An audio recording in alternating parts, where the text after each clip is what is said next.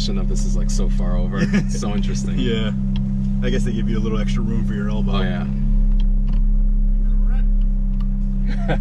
Nice car. I drove this car. This thing's incredible. Just the layout, the feel. Yeah. It's surprisingly roomy. It's a cool car. Yeah. Especially for a short guy like you. Yeah, so we're gonna do a small commentary on this car as I. Cool. Does it matter where we go? Enjoy it, man. All right, sounds All right, good. brother. I'll see you soon.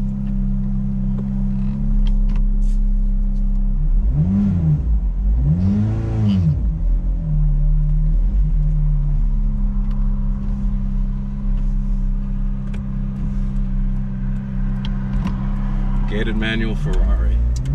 Yep. The best kind.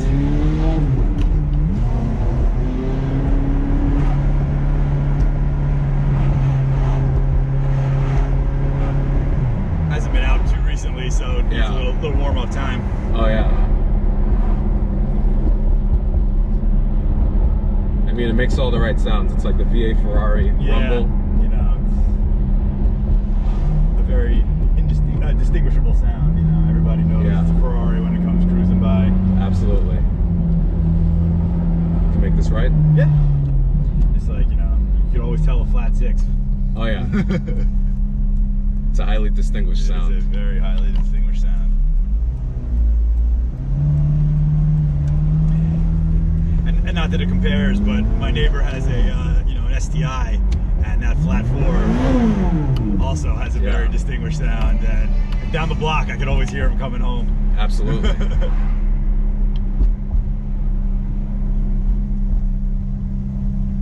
Nothing like that sound.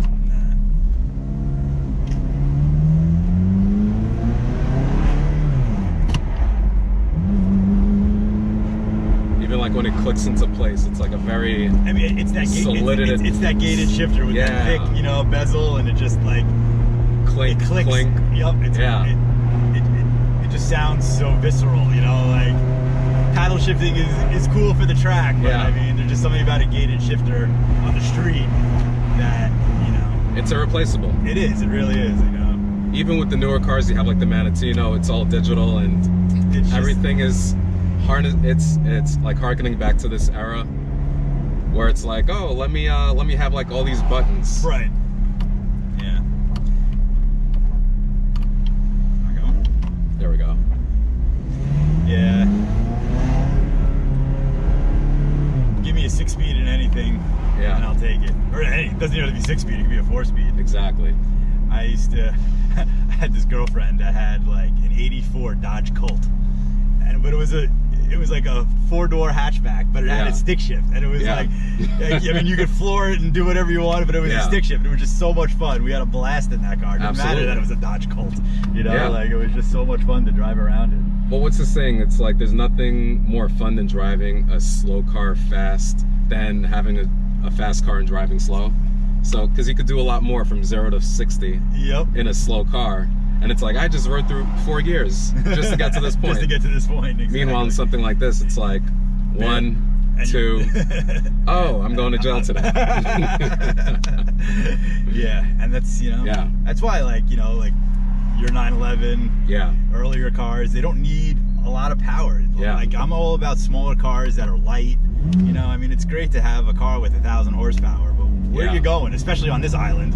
You know, exactly. Like, there's not too many roads. There's not too many roads that can handle it. You know, give me a nice 300 horsepower car, 2,500 pounds.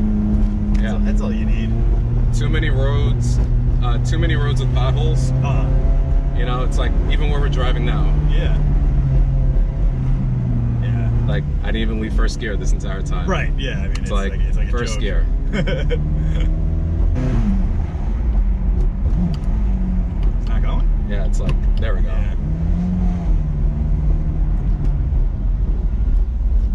Still needs to warm up. Yeah. Get the oil. Get the oils flowing, so everything's been sitting. Some cars, when I move them around, I try not to even start them. I'll just push them because you know, it's better for the car not to be started for 2 minutes and then turn it off.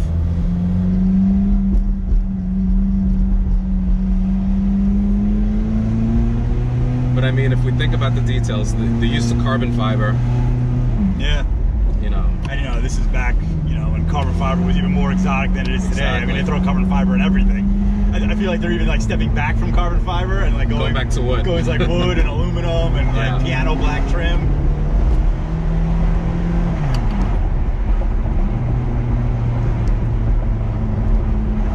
Yeah, I mean, all this carbon fiber was highly exotic back then. Yeah. I remember I had a customer at another shop that I worked at that he had a 360 and he spent like 25 grand in carbon fiber, you know? Wow.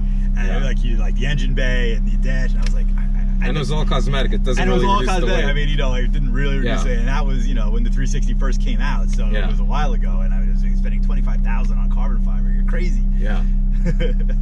It's like, I like the Gordon Murray approach where it was like carbon fiber for the tub of the vehicle, because that's the only place where theoretically it makes sense. Right. I mean, everything else is, you know, it's just eye candy, you know. Exactly. Unless it's truly functional or structural. Oh, another light. Yeah. 110 at this time of the day. Yeah. A little rough. But I like how simple. At the time, they were like, "Oh, the steering wheel is way too many buttons." Yeah. And I'm like, and now you look at some steering wheels and it's like completely bonkers. Exactly. Yeah. Now everything is just like crowded, and it's like it looks like a Formula One steering wheel, which is cool, but yeah, but you know, truthfully, it's one of the reasons why I really enjoy driving Lotuses so much, is because the simplicity. There is, you know, not a million settings. It's there's sport and there's race, and that is it. Like, you know, there's not all these dials and options within options. Yeah. It's, you know, like you get into some cars and there's, you know, a million choices that how you can set this car up. Lotus sets the car up for you. That's how it should be driven. You know, like it doesn't need a million options. Just get in and go.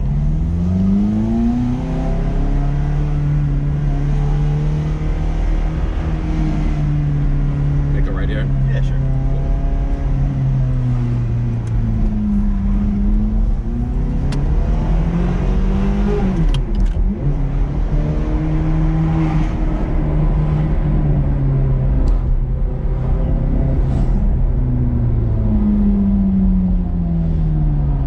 Handles great. As it should. As it should, yeah. As advertised, these things are supposed to handle perfectly. Yeah. And you know, and they're coming back where, like, you know, they started to look a little dated, but now they're at everything, you know, 360s and 430s are coming back around again. Where, you back know, in vogue. It's like, you know, these are the cars that people want to drive. Yeah, it's like, and we all envied them when we were younger, and you know, and they loved them, and now they're back. Yeah. And it's cool to have, you know, it's not vintage, it's more just, you know, classic old. Exactly. You know, because it's not quite at that vintage point in its lifespan, but you know. Well, I feel like the guy that's going to buy this is the guy that liked the Carrera GT, but doesn't have the budget for a Carrera GT. Those things are going. Exactly, they're $1 million at this point. Yeah, I think one just sold last week or 2 weeks. That was like 1.1. Yeah. Even the basket case ones from like 2004 or like the 2004. Yeah. Like the early run. The early run, yeah. Those were the ones that would be the cheapest ones to go, and now those are climbing in the market. Yeah. Because it's like, oh, the 2006 are the ones that people want, and 2005s, right, and then 2004. They just got, everybody's getting priced out of the market, and then so the less expensive ones start to come up, and you're like, oh shit.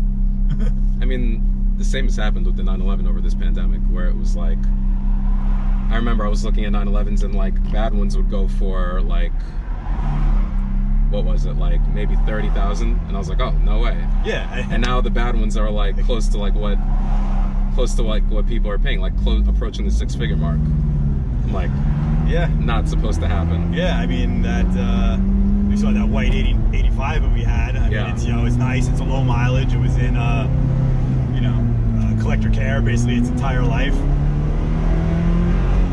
We're asking 89, which, you know, it's a little high, but it's not crazy. Right. You know, I mean, it needs nothing. And you can just get in and enjoy that car. And, exactly. No, but this was definitely a nice treat, you know, like seeing what this car was about, because I've driven a bunch of Ferraris, but I've never driven Oh, an F430. A gated manual F430. And not many people have, because they were always dual clutch. That's what makes this car, you know, as exciting as it is. Yeah. You know, you do get that feeling. Because there's just nothing like rowing your own gears. Yeah. Just getting a feel for the engine, and it's like you're not gonna you're only gonna go as fast or as well as talented as you are. Yeah. You know, so anytime where I've like stumbled with the clutch or the gear shift lever, it's completely my fault. It's driver error. Yeah, it's not all driver error. Yeah. And when I get it right, it's the most satisfying feeling. It is, you know. Yeah. When you hit that corner, you downshift the right way, and everything just lines up. The revs match, and you just go. Yeah. It's a great feeling. I'm hoping the audio is captured on this. So we have the windows up or down. Down, yeah. I'm like, whatever. That sometimes helps the filter a bit, you know. We're not going that fast, so you don't get a lot of that wind buffeting noise. Yeah. Oh, on the iPhone, it's completely worse. That's where you get all that noise. Yeah. I know. We notice that a lot when we shoot our videos. Yeah. It's like maybe I should have an external microphone and try to, you know. But I think in standing traffic, that's when that's when everything performs well in terms of microphone and video synchronicity. It's like that's where everything just works the best. Yeah. Oh wow. Now because funny. The windows go up and now you can really hear it more. I really hear the engine more. You know, when yesterday when they turned on the F430 and like the F40. Yeah. And I mean like the bulkhead is literally right at the back of the seats. I mean there isn't even like the 6 inches of space that's here is not existing. I don't even like I can't even dream about getting in that car. I definitely know I don't fit. I mean, like the sound that it must make being like right behind your head like that. I mean, you know, I don't know if you've been in a Ford GT. The original? No, like you know, like the very brand new one where the seats are like would be shoulder to shoulder. Yeah, I mean, like you know, like the I've sat in one, like the superchargers, like it's like right there, and like I mean, you could like see it like right at the window, and it's like it's just you know the sound is incredible. Straight, and then I'm gonna bear to this right.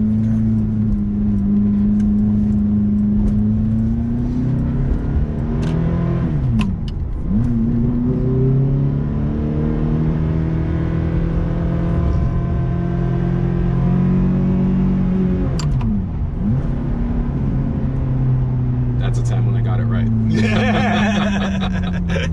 I'm like, wow, that was nice. I felt it. I was like, that's perfect. Yeah. I think the guy likes poker. Ace Blackjack. Jack. Oh, Blackjack. I didn't even read the license plate for him. Blackjack. Yeah, there you go. That makes probably won a few winning hands and it's like, this is all from Vegas.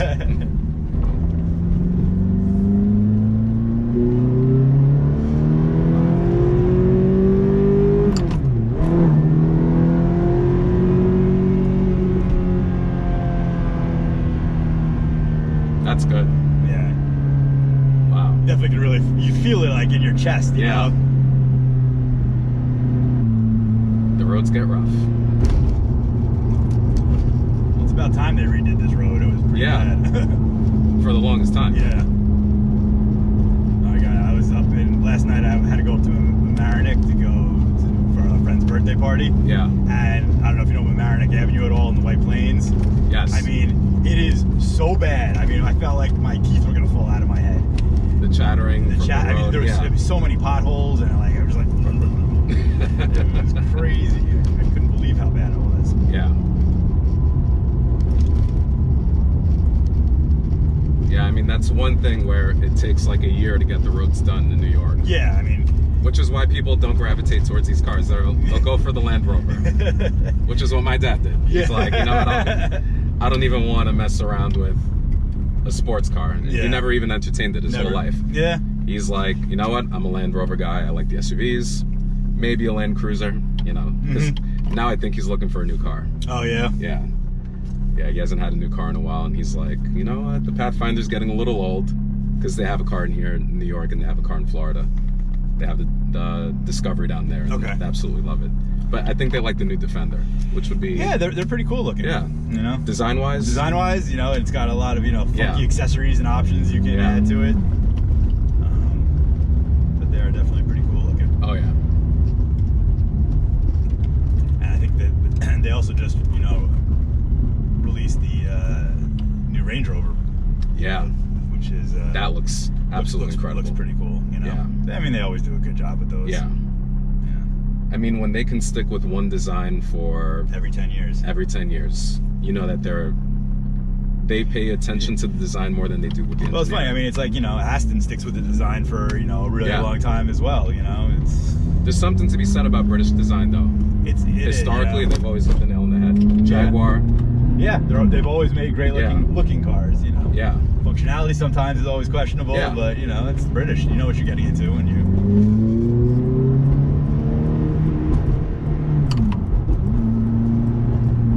Did I hit the blinkers? Sounds like it. Does that mean we need gas? Oh, yeah, well, that's I don't know. Oh, here it is. No, it's the hazards. Yeah, no, is it on? Yeah. I think that's a sign for get some gas. It's the real get you gas. Yeah. We may have to stop at a gas station. I had the turn signal on, that's what it was. Oh, it was just a turn signal? Yeah. I was like, oops. I just saw both of them blinking at the same time. It made sense that it would be like, you know, Ferrari, they can't afford to give you a left and a right turn signal. Cutting costs everywhere they can. Ferrari may not like that comment. Sorry. Sorry, Ferrari. Truth hurts sometimes, you know. Sell me a car in about 10 years. Really cool design. It's a lot smaller than I expected. From the inside, it feels smaller. It does look like a very, you know, wide car, but yeah. Once you're in it, it's like, yep, I'm loaded. I think, you know, like the sills are a little thick and it makes up for it on the outside, but the inside, you know. Right. Absolutely. I mean, it's kind of like the Lotus in that sense, you know, where you have a car that's very flat and very wide, but inside is not like cavernous by any means, you know. Like it's it's very compact. It's not a very heavy clutch either. It's I mean, it's not like, I don't know if you've ever driven a like a 512. Yeah. Like that thing is like, I would say the very first time I drove one, I really didn't know what to expect, and like, you know, I was coming, you know, putting it to first and letting off, my knee almost went through my chin, you know. Like, it was crazy. Well, it's like old V8 muscle car is what I compare a heavy clutch to. Yeah. That's my frame of reference, and for me, that's like, geez, like I'm getting a left leg workout on this one. There's some cars that it's unbelievable how stiff the clutch is. Not this. Yeah, you can make this one. Oh, okay.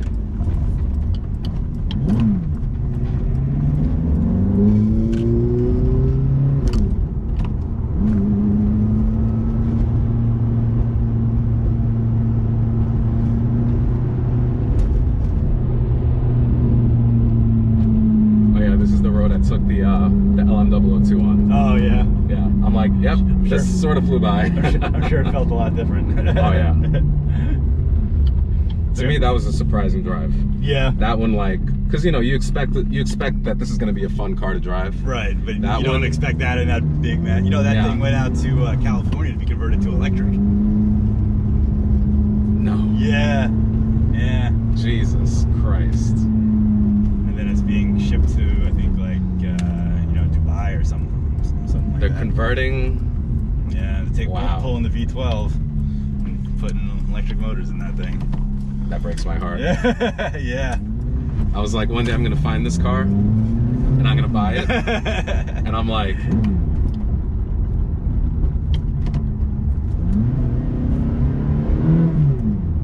second gears. There we go. It's a little sticky, yeah.